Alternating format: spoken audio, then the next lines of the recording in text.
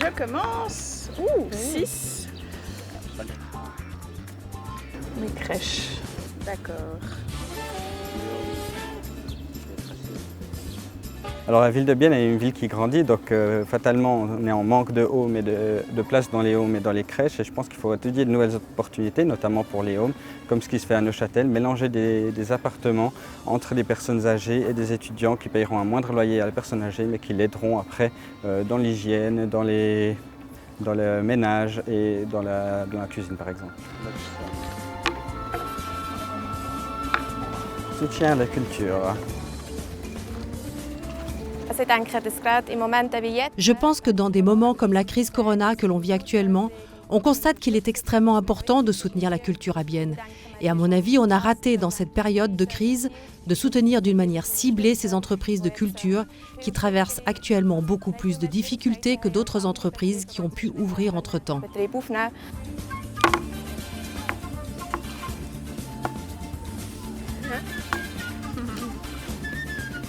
Les transports individuels motorisés, c'est tout sauf l'avenir. On le voit à Bienne, on a besoin vraiment de rendre les rues aux piétons et aux vélos. Ça améliore la qualité de vie, ça améliore la qualité de l'air. On voit que construire une autoroute qui traverse la ville, c'est un projet d'un autre temps. Plus on augmente la capacité des routes, plus le trafic augmente et ça crée que des problèmes. Moi, j'ai quand même acheté un droit de réponse. On a tendance à opposer justement mobilité douce, transport public avec transport individuel. Moi, je pense que c'est deux secteurs complémentaires qui doivent se développer en parallèle et une autoroute permettrait justement de dévier le trafic. Je suis du même avis, que l'on ne peut pas bannir le trafic individuel motorisé de la ville. Il existe, il demeurera, et il faut trouver une solution constructive.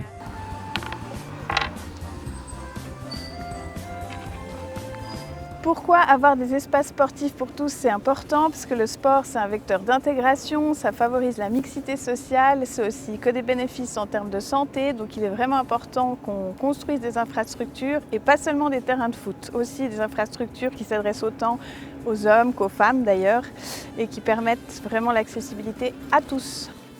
Quant au terrain de sport, il vaut mieux ne pas seulement construire des grands et centraux comme au champ de Bougeant, mais qu'on installe aussi des infrastructures de sport dans des différents quartiers qui sont accessibles pour les divers groupes de personnes.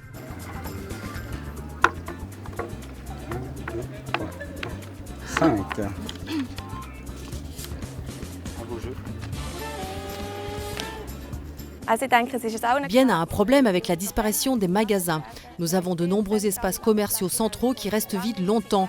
Pour une ville se voulant innovative avec les hautes écoles et le futur campus, il est important de donner des possibilités aux jeunes entreprises, aux pop-up stores et start-up, d'utiliser ces espaces commerciaux et de tester leurs produits. Je suis d'accord avec toi et je trouve aussi que la ville de Bienne devrait s'engager pour les pop-ups et start-ups et elle devrait réduire toute cette bureaucratie.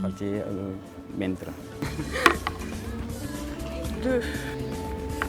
Chemin pour piétons et vélos.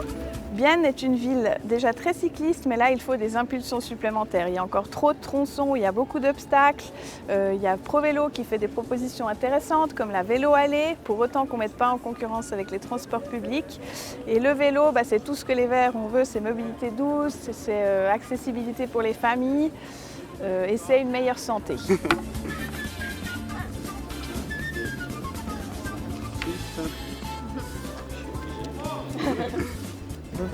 Je mixe 60.